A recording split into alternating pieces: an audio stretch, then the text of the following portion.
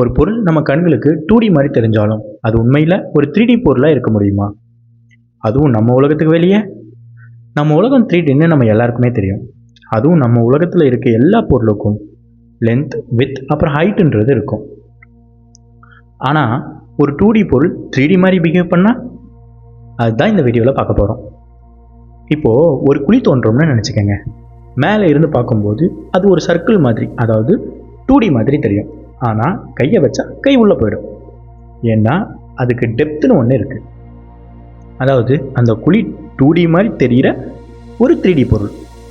இப்போது இதே கான்செப்டு ஸ்பேஸில் இருக்கிற ஒரு பொருளுக்கு அப்படியே ஆகாதுன்னு சொன்னால் பிளாக் ஹோல் பார்க்குறதுக்கு ஃப்ளாட்டாக 2D மாதிரி தான் தெரியும். ஆனால் அதுக்குள்ளே போனவங்க திரும்ப வரவே மாட்டாங்க. ஏன்னா அதோட டெப்த் நம்ம உலகத்தில் இல்லை, வேறு ஒரு டிமென்ஷனில் இருக்குது.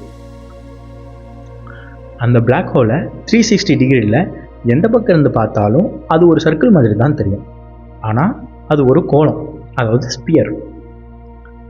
எது கிட்ட போனாலும் உள்ளே இழுத்துக்கக்கூடிய ஒரு ஸ்பியர். அதுக்கு உள்ளே விழுகிற ஒரு பொருள் எங்கே போகுதுன்னு யாருக்குமே தெரியாது.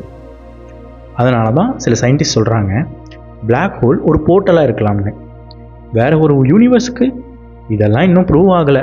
ஆனால் ஒரு விஷயம் உறுதி, சயின்ஸ் நம்ம நினைக்கிறத விட ரொம்ப வித்தியாசமானது.